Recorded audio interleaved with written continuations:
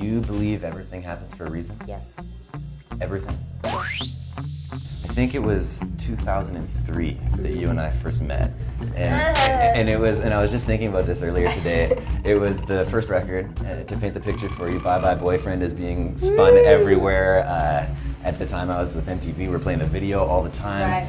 Right. I think, what were you, like 18 or something? 17, 17 at the time. If you could send a message to 17-year-old Fefe, knowing what you know today, what, 8-9 years later, what would you tell her? I wouldn't tell her anything. Really? How come?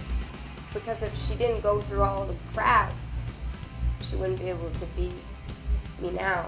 I would be someone else.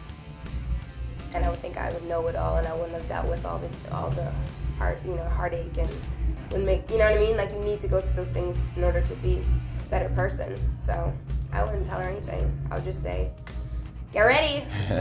Sounds like no regrets. Can't have regrets. You regret too much, you can't move on. Yeah. You were raised by a single mother in Ontario, Canada, right? And recently you were reconnecting with your father.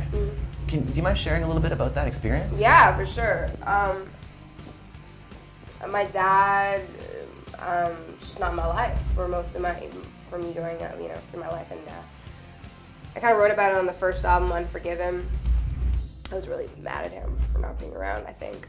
Was he just never around, or did he? It wasn't even his fault, really. My mom has been a very, a woman that just didn't like men around, and just decided that she was going to keep, her circle tight, and she's very hard at trusting people. So, just recently, about 3 years ago, we had our first Christmas dinner together, and I realized he's such a good man. And because of him being in my life, I'm learning so much about my Jamaican side, and the things that I'm learning about myself by having this man in my life is really helping make me whole, so it's good. It's making me whole, yeah. And you guys are still in contact? Oh yeah, he calls me all the time. It's funny because when they miss so much of your life and then they call you, they're like, remember, don't do this, don't drink too much. Right. I'm like, Dad, watch your drink. Like, okay, cool, man, you missed out on a lot of stuff. Like, you're telling me like things that I know, I'm aware. Yeah. But you're not, like, you mentioned that you were mad at him before. Like, have you given up on that anger? You just let it go? When you're a teenager, you're mad at everybody.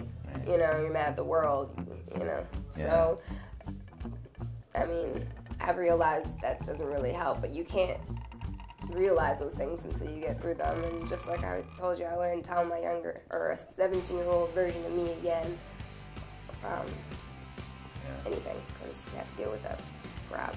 It must have been a cool time in your life to reconnect with your dad, because I tell you, I talk to so many artists, and I'm trying to get to the root of what makes them tick. What's the goal, what's the success, and so often, and they usually don't admit it, but so often the goal is to show all the people they went to high school with that they made it as a musician.